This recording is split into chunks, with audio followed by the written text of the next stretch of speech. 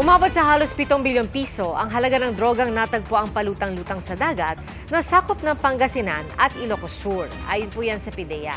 At mahigit 800 milyong pisong halaga ng shabu naman ang nabisto sa package na galing Amerika.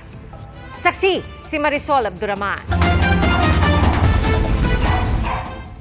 Nakalagay sa mga maliliit na kahon at idineklarang various goods pero nang buksan, shabu pala. Ito ang nadiskubre ng PIDEA nang buksan ang package na ito na ipinadala sa pamamagitan ng isang forwarding company. Various goods lang ang nakalagay. So, it's very broad.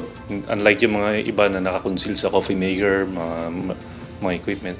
Nagpositibo rin daw sa isinagawang field testing ang mga shabu na aabot sa 860 milyon pesos ang halaga at galing Amerika. Ayon sa PIDEA, nakapangalan sa magkakaibang consignee sa iba't ibang lugar sa Metro Manila ang package. Mukhang dito yan eh. Kaya we are now investigating yung mga consignees. Kasi usually fake names naman ang ginagamit dyan eh. As to the group, we're still looking into it. Patuloy rin ang investigasyon ng PIDEA sa mga nakuhang drogang palutang-lutang sa dagat. Sa loob ng 3 araw, mula June 5 hanggang 8, umaabot na sa 1,013 kilos ang nakukuha nilang shabu sa coastal areas ng Pangasinan at Santa Cruz, Ilocos Sur. Katumbas yan ng 6.88 billion pesos. Binuksan namin kung ano yung laman, kala namin durian. Tapos laman pala sir, may yung kristal.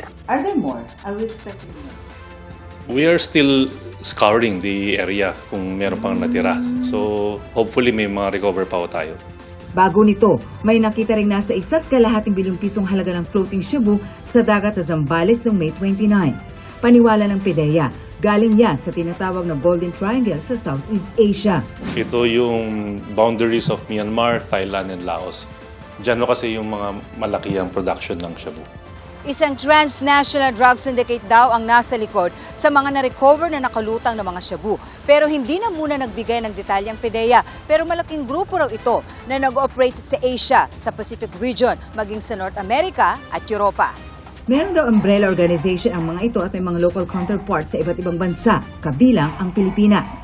Sabi ng PIDEA, modus anila ng grupo na itapon ang mga shabu sa dagat.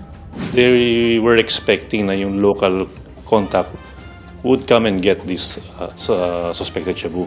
Most likely, there are several na may iwan lang sa Philippines and the rest, baka transshipment lang po tayo.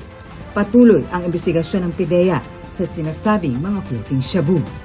Para sa GMA Integrated News, Marisol Abduraman, ang inyong saksi. Mga kapuso, maging una sa saksi. Mag-subscribe sa GMA Integrated News sa YouTube para sa iba't ibang balita.